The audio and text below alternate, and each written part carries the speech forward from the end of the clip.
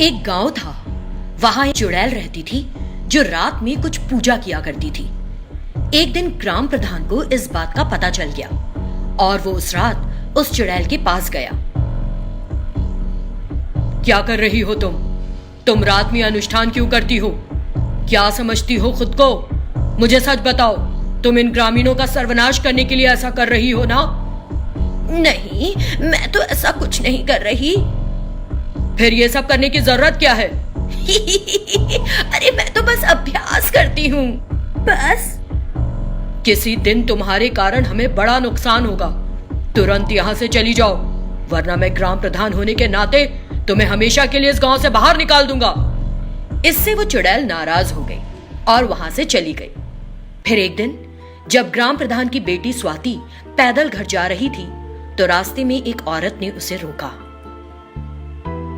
सुनो, जरा इधर तो आओ। स्वाति उसके पास गई और बोली, कहिए, क्यों बुलाया? कुछ खास नहीं, मैंने सुबह भगवान की पूजा की थी, इसीलिए सभी को ये प्रसाद दे रही हूँ। ये इस नारियल को लेकर इसका पानी पी लो और इसके खोपरे के टुकड़ों को खा लो। इतना कहते हुए चुड़ैल ने उसे वो प्रसाद रूपी नारियल दी, जिसे स्वाति ने पी लिया और प्रसाद भी खा लिया। तुम्हारा सब कुछ अच्छा होगा। उस औरत ने स्वाति को आशीर्वाद दिया और वहां से चली गई। उस रात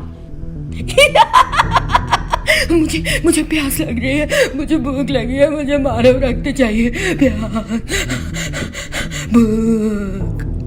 ये सुनकर ग्राम प्रधान बहुत चिंतित हो गया और उसके कमरे में गया। क्या हुआ बिटिया? तुम आ गए, जल्दी मुझे अपना रक्त दो, मुझे अपना मांस खिलाओ। ये देखकर ग्राम प्रधान घबरा गया और उस कमरे का दरवाजा बंद करके बाहर आ गया। स्वाति पूरी रात उसी तरह चीखती रही। उसने अजीब अजीब आवाजें निकाली और दहाड़े मार मार के रोई।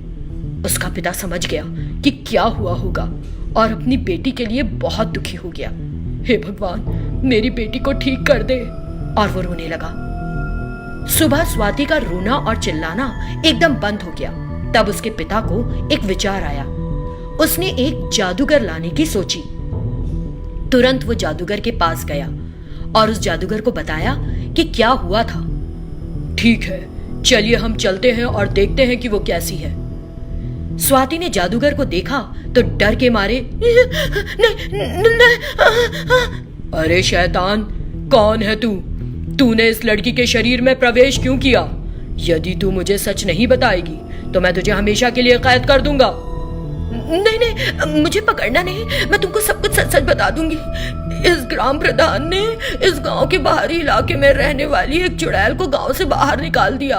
वो कुड़ी हुई है और बदला लेने के लिए मुझे प्रसाद के जरिए इस लड़की के शरीर में घुसा दिया। तो तुम उसके शरीर से बाहर आओ और मुझे उस चुड़ैल का ठिकाना बताओ। शैतान ने स्वाति के शरीर को तुरंत छोड़ दिया। ठीक है, मेरे साथ आओ। इतना कहते हुए शैतान उन्हें उस जगह ले गई जहां वो चुड़ैल रह रही थी। जादूगर को देखकर उसने उन्हें प्रणाम किया। नमस्ते गुरुजी, आप अच्छे तो है ना? मैं ठीक हूँ, लेकिन तुमने जो किया वो मुझे अच्छा नहीं लगा।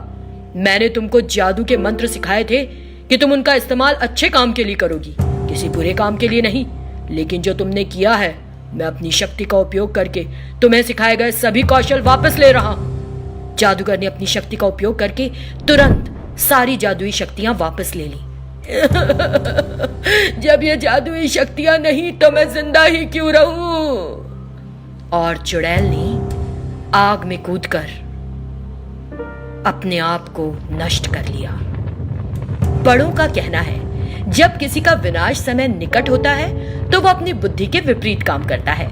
चुड़ैल को अपनी गलती का एहसास हुआ और उसने पछतावे के रूप में आत्महत्या कर ली। अगर उसने गलत काम नहीं किया होता तो ऐसा होता ही नहीं।